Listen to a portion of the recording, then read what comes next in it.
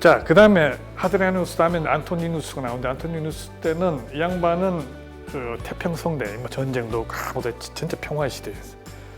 그리고 이 양반이 뭐 건축을 하려 해도 할 게 없어. 왜? 딴 사람들, 딴 이전 황제들이 다 해놨기 때문에 할 게 없어. 그 다음에 이제 마르쿠스 아우렐리우스가 나왔는데, 이 양반은 황제인데 철학자야. 철학자 황제. 예? 이 양반이 쓴 그 유명한 그 전쟁터에서 쓴 거예요. 마르쿠스 아우렐리우스 명상록 중에 이제 이런 아주 심각한 얘기가 나옵니다. 심각하다기보다 좀 가슴을 찡하게 하는 이런 얘기가 나옵니다. 이 마르쿠스 아우렐리우스가 황제가 되고 나서는 로마 제국이 흔들거려요. 국경이 흔들거려. 이 외적들이 침공하기 시작해요. 이게 가만 생각하게 되면은 이 평화의 시대가 너무 오래 그러니까 외부의 어떤 그 자극이 없이 평화 시대가 너무 오래되면 문제가 생겨요. 그래서 마르쿠스 아우렐리우스가 황제가 되니까 이제 곳곳에서 뚫리기 시작하는 거예요. 그러니까 마르쿠스 아우렐리우스는 황제가 되자마자 사방으로 쫓아다니면서 전쟁 상황을 눈으로 파악하고 이랬단 말이에요. 그러니까 로마에 있었던 시간이 아주 짧아요. 그러다가 이제 서서히 이제 로마가 이제 무너지기 시작해요. 이제 쇠퇴기에 접어듭니다. 이 쇠퇴기의 문을 연 사람이 누군가니 이 마르쿠스 아우렐리우스의 아들 콤모두스란 말이에요. 콤모두스는 황제가 됐더니 자기는 헤라클레스의 화신이다 하고 이렇게 하고 돌아다니죠. 그러다 결국에는 암살당해요. 그다음에 로마가 또 이제 뭐 아주 또 혼란스러운 그 상황에 들어가는데, 그걸 다시 또 강한 사람이 튀어나와가지고 이걸 좀 혼란기를 좀 잡습니다. septimius severus라는 사람이 나와가지고 혼란기를 그 좀 뭐라 그럴까 좀 정리를 해요. 그리고 이제 로마에 다시 건축 붐을 세우는데, 이 양반이 한 것 중에서 착공한 것 중에서 가장 유명한 게 목욕장이에요. 무지막지한 목욕장이에요. 공공 목욕장이에요. 근데 목욕장이라고 해서 목욕만 하는 데는 아니에요. 일종의 문화센터예요. 그러니까 로마인들이 상당히 중요하게 여겼던 게 뭔고 하니, 건강한 육체로부터 건강한 정신이 나온다. 뭐 그런 큰 말이 있지 않습니까? 그걸 실천할 수 있는 데가 바로 공공 목욕장이었어요. 그러니까 여기 목욕장 안에는 목욕시설뿐만 아니라 도서관, 또 예술, 그러니까 조각 감상실, 또 뭐 이런 것들 다 있었습니다. 그러니까 종합 복지 시설이었습니다. 또 이게.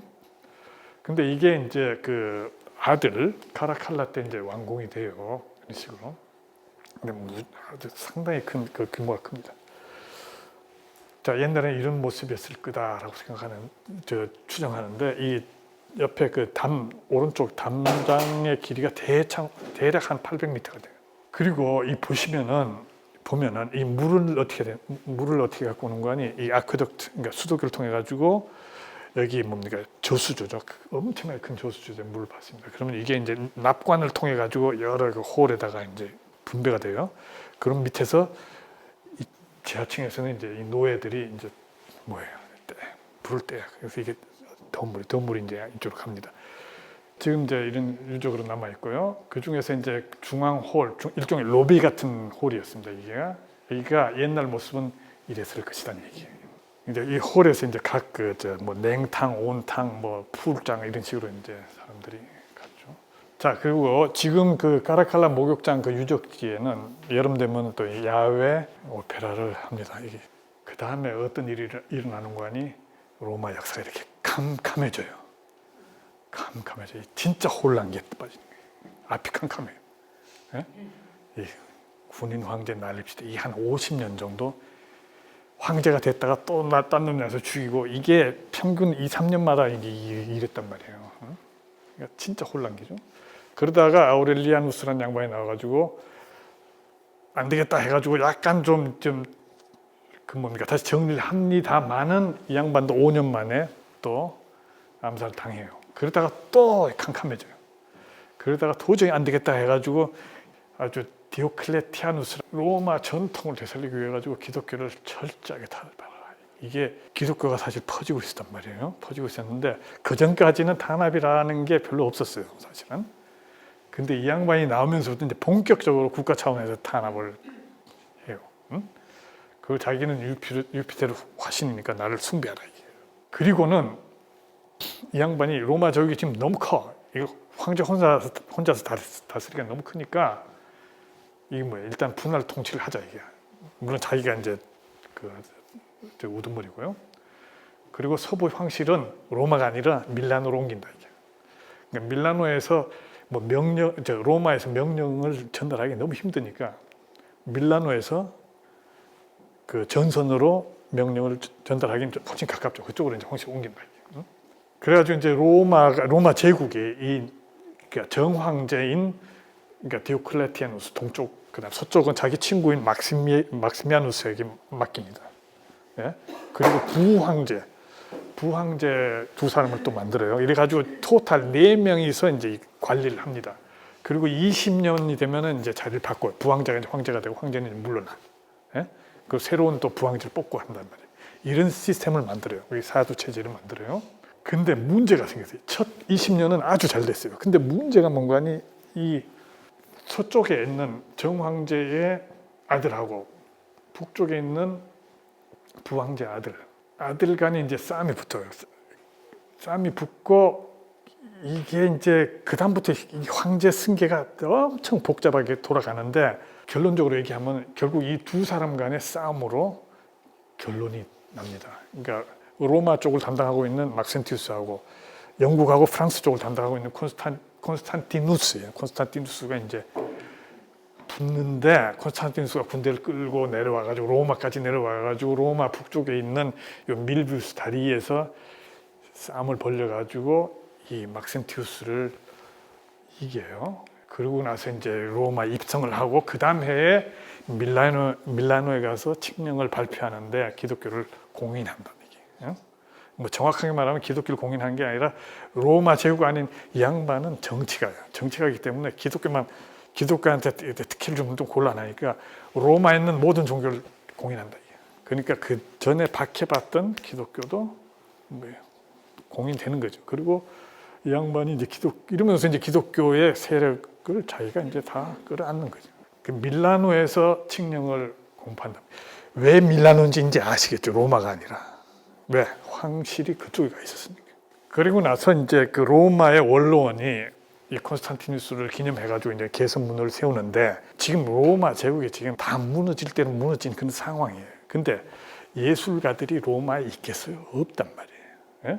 그러니까 근데 왜 어떻게 개선문을 이렇게 세웠냐? 기존에 있던 데다가 그냥 덕지덕지 그냥 갖다 붙인 거죠. 보시면은 이런 그 조각품들이 쫙 있는데 이게 콘스탄티누스 때 새로 만든 게 아니라 그 전에 있던 거, 딴 데 있는 거 다 끄덕끄덕 그냥 막 갖다 붙이는 거예요. 이게 또 보면은 여기 이제 콘스탄티누스가 있어요. 여기 보면은.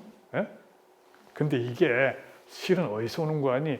마르쿠스 아우렐리우스 황제 때 이런 패널이 상당히 많습니다. 이런 걸 몇 개 갖고 와가지고 수염을 깎아. 아니면 돌로 따로 만들어가지고 이런 식으로 이제 얼굴만 딱 찍었다. 예?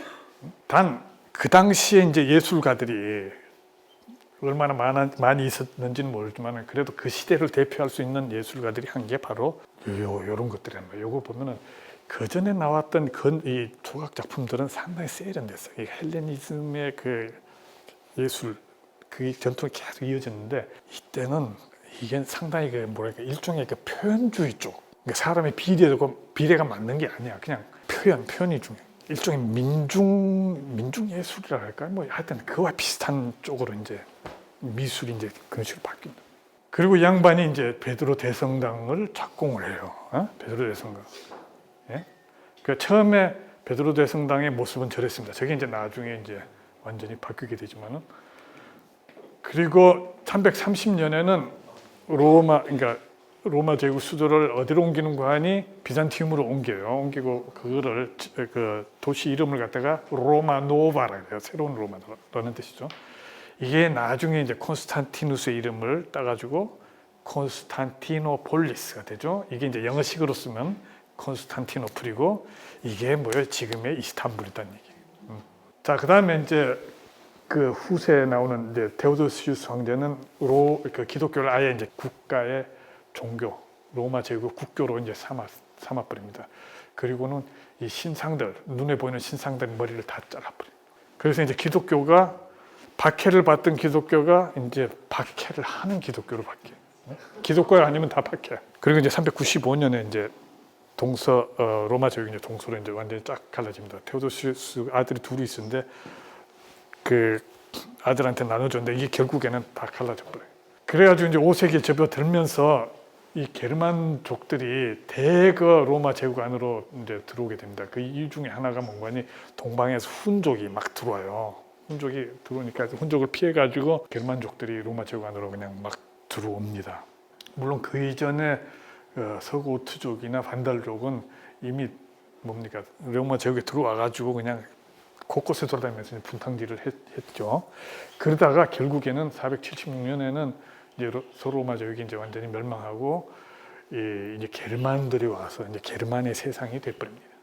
그 다음에는 이제 로마 제국에 이제 황제가 없어요. 황제가 없으니까 이 사람들 마음을 채워줄 수 있는 그런 인물이 필요한데 그 인물이 누군가 하니 대주교란 말이에요. 대주교를 이제 빠빠라고 불렀어요. 이 교황이 교황이 이제 황제 역할을 하는 시대로 들어가요. 그게 우리가 보통 중세라 그러죠. 중세 천년 이제 암흑기라고 하는데 뭐 꼭 암흑기는 아닙니다만은 그게 한 1000년 정도 계속됩니다. 그러다가 이제 한 1506년에 이 새로